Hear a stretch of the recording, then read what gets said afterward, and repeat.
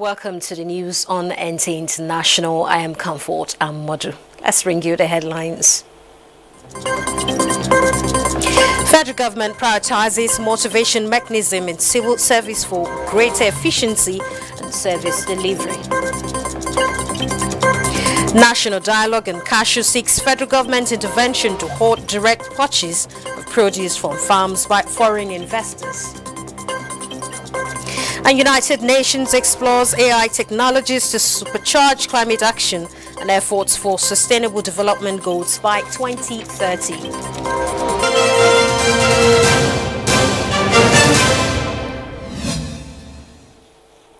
Good to have you join us. A 3-day seminar on protocols and security for wives of top government functionaries and female officials is winding down in Abuja, with about 700 participants taking a collective resolution to pay more attention to their public conduct.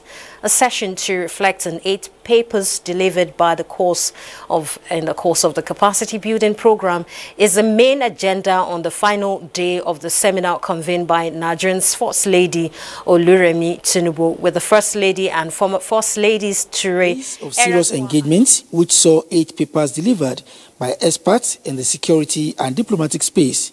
It was time for participants at this 3-day seminar on protocol and security to take stock. A meet and greet session by the convener of the seminar and Nigeria's First Lady Oluremi Tinubu set a relaxed tone for the main agenda of the day, which is to reflect on papers presented at the seminar.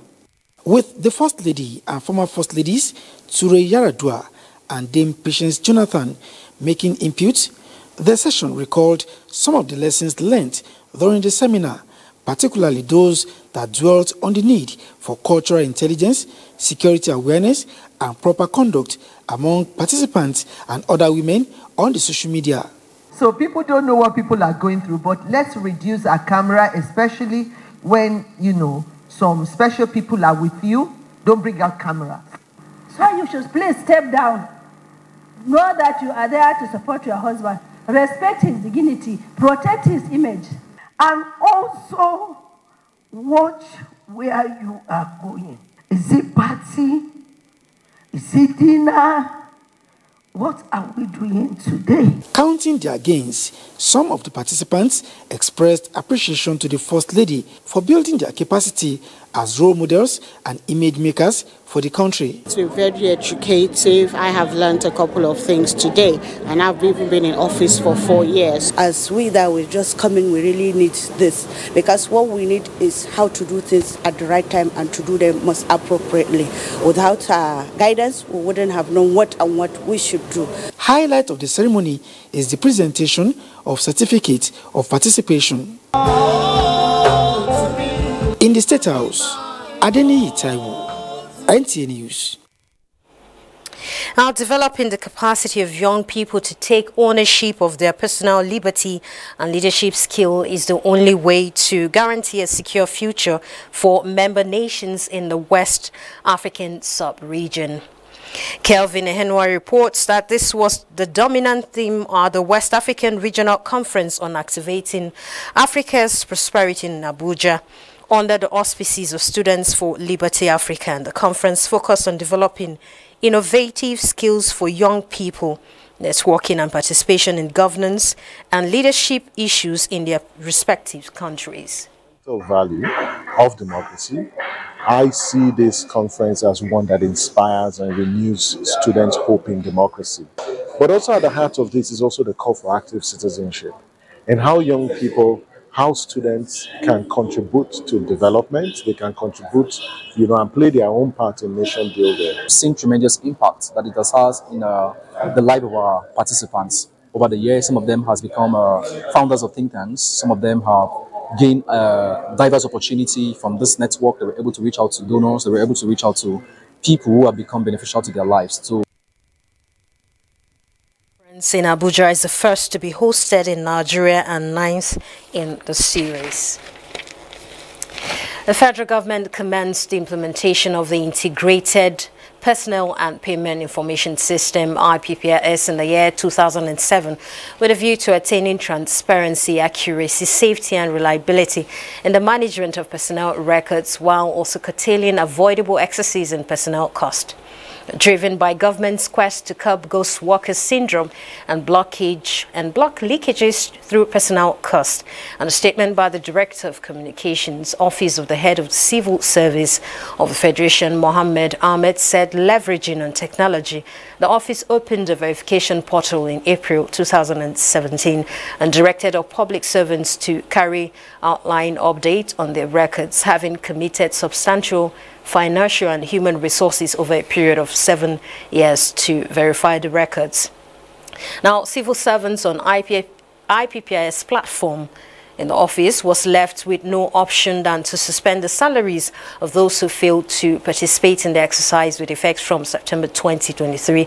And consequently, upon this, some of the erring officers beseeched the office of the head of the civil service with pleas to be given the last opportunity to comply. And the portal was therefore reopened from October 3 to 13, 2023 for them to update their records. And the officers were then asked to come to Abuja for physical verification exercise as the office had already committed and exhausted the budgeted funds and unable to further deploy staff to states for the exercise. And adequate arrangements were put in place for a smooth exercise in designated areas of the FCT. Still, the head of the Civil Service of the Federation, Folashade Emiye's son, has reiterated commitment to motivating the workforce for greater efficiency in service delivery to the citizenry and the nation through the institutionalization of a recognition and award framework for officers. She stated this during a presentation of a 2-bedroom semi-detached bungalow to the winner of the 2023 Presidential Public Service Merit Award, and Haman Jabani was there.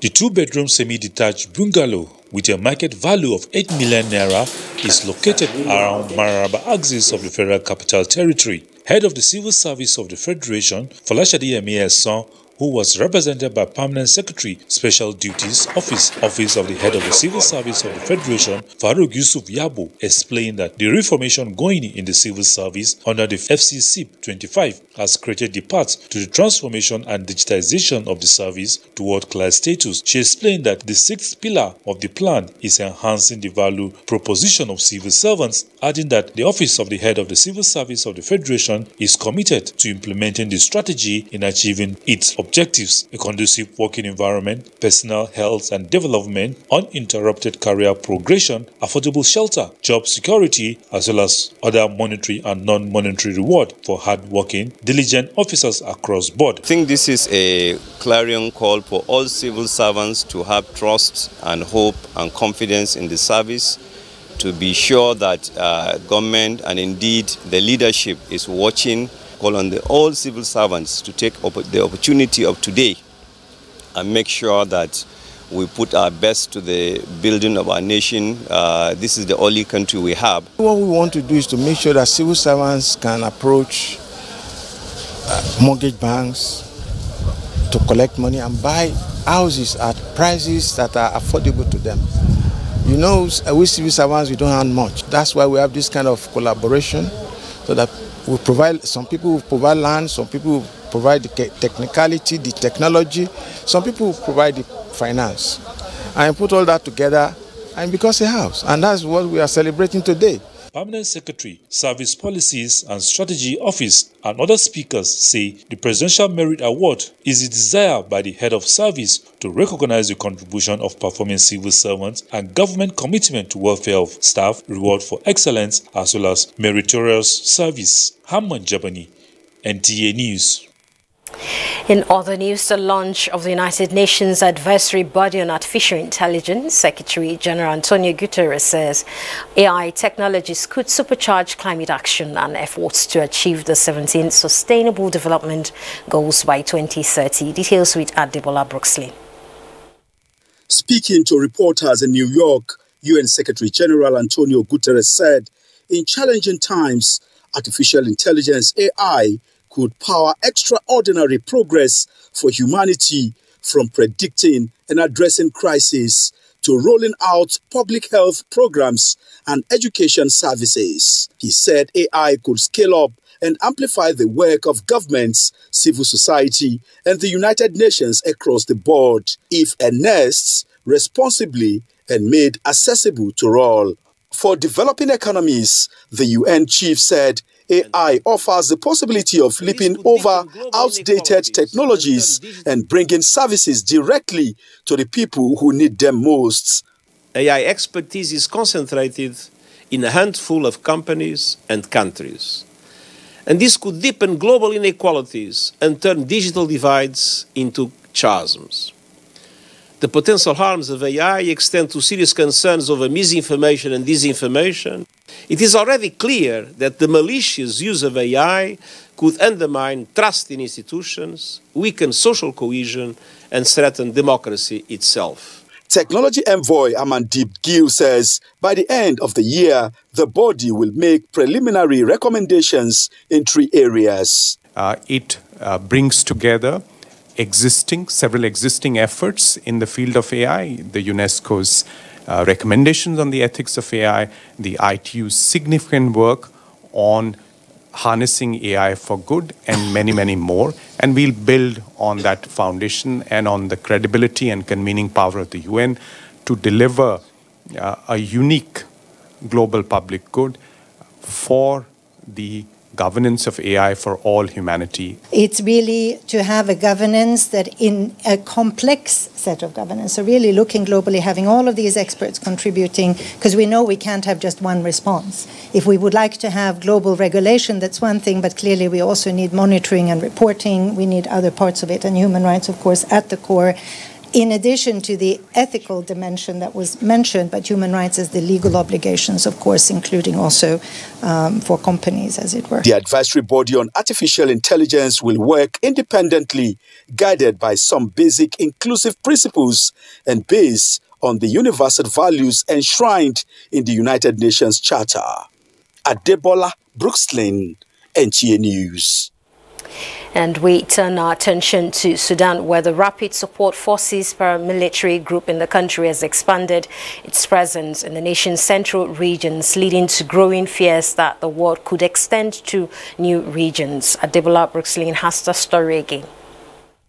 For months, the conflict has raged in Khartoum, but now that the Rapid Support Forces are withdrawing from the capital city, the central state of Al Jazeera is coming under threat. The RSF would penetrate Al Jazeera as the state is hosting majority of the 1.2 million internally displaced persons who have fled the fighting in Khartoum since April. The group has taken control of Ailafum town, a major stop on one of the routes from Khartoum to Madani, the state's capital. Aid providers say the development could severely hamper relief operations. Any security threat to Madani or Al Jazeera state generally will definitely hinder the delivery of aid for thousands of vulnerable people. The safe flow of aid and aid workers is a priority. Madani is about 130 kilometers from Khartoum. Since the fighting broke out in April, it has become one of many cities to absorb Khartoum business. However, its status as a refugee is in jeopardy. Some analysts have suggested that the RSF could be targeting Al Jazeera for strategic reasons, as the state is part of Sudan's agricultural heartland. Others opine that the rebel group may have no real plan in place at all. The recent incursion by RSF is definitely terrifying people, and that's been the strategy of the militia since April. But all of the indicators suggest they have no capability for further attacks targeting Madani, as the paramilitary has lost a lot of power and the war has morphed into looting and chaos. Observers say many living in Al Jazeera are trying to remain resilient amid the fighting. We shall continue planting despite the conflict and the threat, so as to help feed other people and challenge these difficult circumstances. The military rule is to defeat the rebels, and so we should should support it as farmers in Al Jazeera plant. The Sudanese Armed Forces and the Rapid Support Forces announced that their delegation had arrived Saudi Arabia's port city, Jeddah, to resume new rounds of negotiations. Sudanese across the country hope the meeting can bring about a total ceasefire. Adebola Brookslyn, NTA News. And still in Sudan, families fleeing Sudan are arriving in remote parts of northern South Sudan where humanitarian agencies are providing emergency aid. Let's get more on this from Adebola Brookslyn again. 29-year-old Juma Akolmu fled her home in Bentiu, South Sudan in 2016 following brutal violence which left her traumatized. She first fled to a refugee camp in Ethiopia's Gambela region and later moved to Sudan, where she hoped to rebuild her life.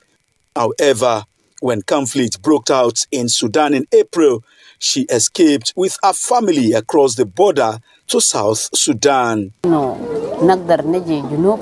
أنا خايف شديد لأنه زمن مرقت في الجنوب مرقت في حتة بقول له بانتيو مشيت ليه حبش بقراي. UNHCR said the rainy season has hampered efforts to help people move away from the border, thus worsening the humanitarian situation at the increasingly overcrowded transit center in the border town of Rank. Our main role as UNHCR here is to manage the transit center, to ensure that refugees and returnees coming from Sudan have access to water, clean water. They have access to food. They also have available sanitary facilities, including core relief items when they just arrive. Lack of funding, poor access and inadequate infrastructure are also making it extremely challenging for aid agencies to respond to the emergency. The funding level has been small, that we could have all these items. So whatever little we are trying to prioritize, basically trying to target those who are more vulnerable to be supported first, and then others. Juma plans to make her way back to Gambela, where she hopes her children will also go back to school and continue learning as the family rebuilds. Adebola Brookslyn, NTA News. We're live in Abuja. More stories ahead. Stay tuned. Hello, with everybody for you. Say hello to GoTV's newest package. GoTV Super Plus has all the great channels you love on GoTV Super. Plus, big-time international and kids channels the whole family will love. Plus, plenty of live Premier League action on Super Sports Premier League channel. It's the package you asked for and we listened. GoTV Super Plus, available from 1 August. GoTV, love it. All right, let's talk cashew with the National Cashew Association of Nigeria calling on the federal government to put in place measures to prevent direct purchase of cashew from farms by foreign investors, which they say has led to premature harvest of the crop. This was at a one-day stakeholders consultative meeting of the association in Lagos. Nigeria is a major and growing player in the cashew industry, ranking among top countries globally for sourcing cashew. The nation produces 300,000 metric tons of raw cashew nuts annually, making it Nigeria's second largest non-oil export product in terms of revenue, according to the Nigeria Bureau of Statistics.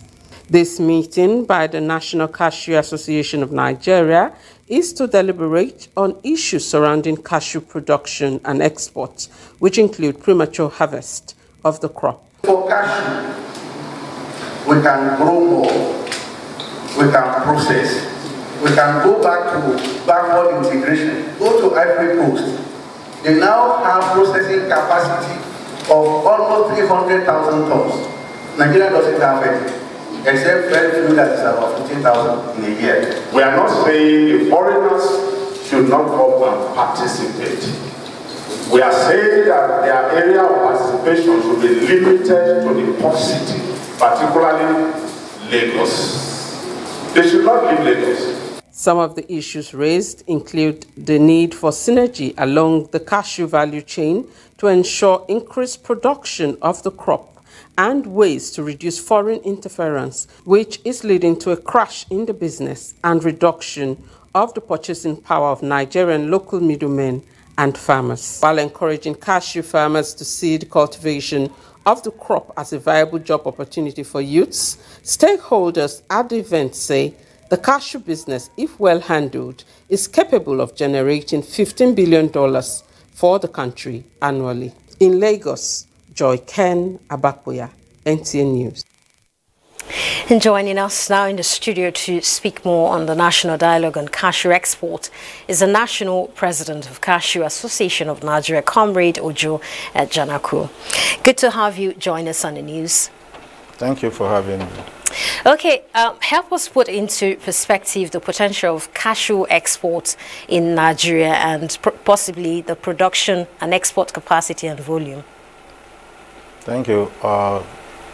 Cashew is majorly an export commodity, reason being that the people that consume cashew majorly are the people that does not have the privilege of the climatic weather that we have in this part of the world. So we are privileged to produce cashew for them to consume. And if we take advantage of it, we create a lot of employment for our youth. Africa today, especially West Africa, is the largest producer of cashew in the entire world. And Nigeria has the potential to take the lead because we can actually produce cashew in a commercial volume in about 89 senatorial districts in the country. And this means that if we are producing cashew here, we create a lot of employment for our people. If we decide to add value to them, cashew has a lot of derivatives. You talk about cashew nut shell liquid, that is CNSL. We call it a CNSL. You have cashew wine, you have cashew spirit, you have cashew butter. If we decide to process all of this cashew here in Nigeria, a lot of revenue will be generated for the country. Like I said, cashew tree is a zero-waste tree. Every part of cashew is useful. Okay, so we know there are lots of value and economic potential in cashew in terms of export, in terms of adding value. But from the national dialogue cashew in Lagos that you just heard from the report, issue of premature harvesting was raised there as one of the key things disturbing farmers. How is this impacting the sector in general? There is a lot of challenges, let me put it in that way, that is actually making our cashew not to give us the expected income that we should get from it. Now, the federal government, in their wisdom, as at 2022, March 2022, got an approval from the Federal Executive Council, which placed a ban on foreigners from encroaching on the farm gate. Now, why is this thing done? I'll give you 3 reasons, among many. Now, number one of it is that it causes premature harvest. Now, because their presence alone put pressure on our farmers, believing that if those people leave, who will buy our cashew? So they go about shaking the cashew trees to bring down the cashew prematurely and dropping all the flower that are supposed to produce another cashew. So second reason is that it reduces the amount of yield that we're supposed to have per hectare. Because of that shaking, because of that pressure they are putting on the cashew tree, we are not getting the yield that we are supposed to be getting from the trees because of this premature harvest. Then number 3 of it is that we also compromise security in the rural areas. Now we talk about insecurity in the country. Many of these people are coming to the country and they are doing illegal mining. They come in this guise of trading. They call themselves traders. They come in this disguise and they do illegal mining. They do so many other atrocities in the rural areas. So I think there is this thing is hindering our export process. Because when you take those consignments, now you are exporting them to advanced countries where they need them. It appears yet not to meeting up with their quality. So we believe that if it is properly handled, we'll get a better yield. Yes, to actually get a better yield, that has to be tackled. But in what way can the government come in to boost cashew production or the sector in general?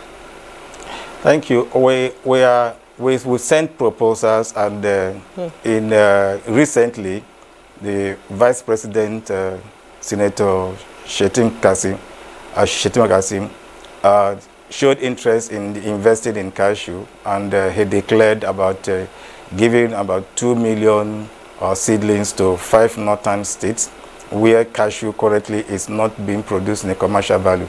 Because why? We have the potential to produce cashew in all those areas, which we have been agitating for. So we want the federal government to keenly look at how we can produce seedlings for our people. As an association, we have taken a measure on ourselves to see that we set up Zion Gardens, we call it Zion Gardens or nursery farm across the 89 senatorial district, where we have our network to see that we produce seedlings to make it close to the people that will, because we have the land there and we have the people there, instead of our youth not having work to do or our women going into sex work. So we believe that if we're able to take it closer, then we'll be able to increase the production. We want the federal government to critically look at increasing production before we talk about processing, because we are on this.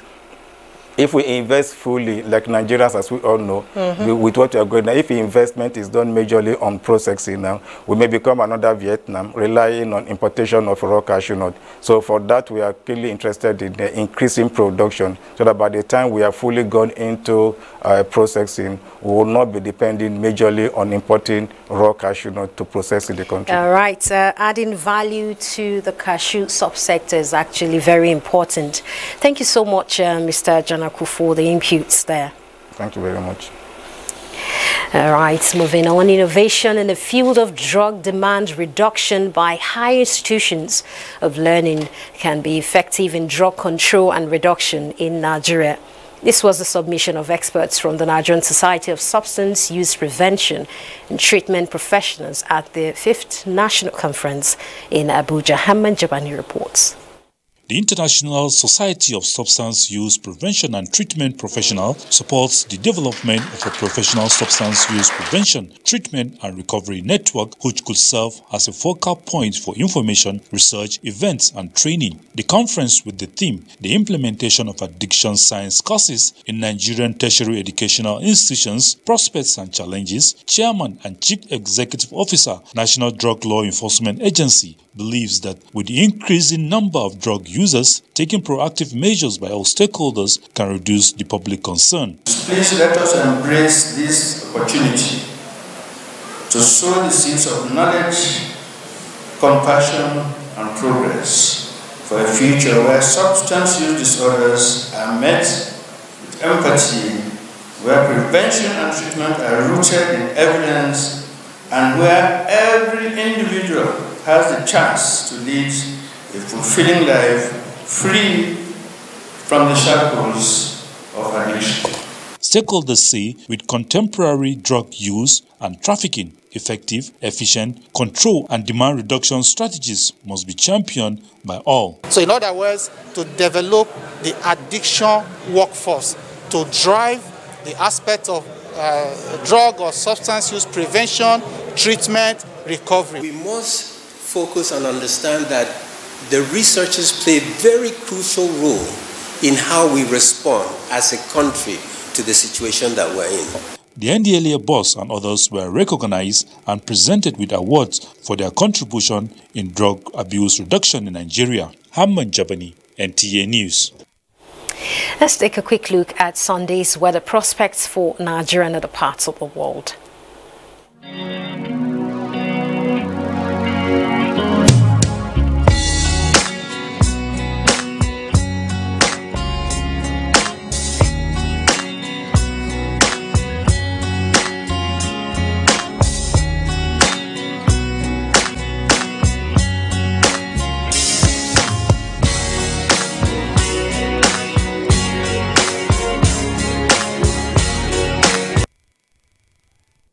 That's the news. Many thanks for watching. I am Comfort Amwadu.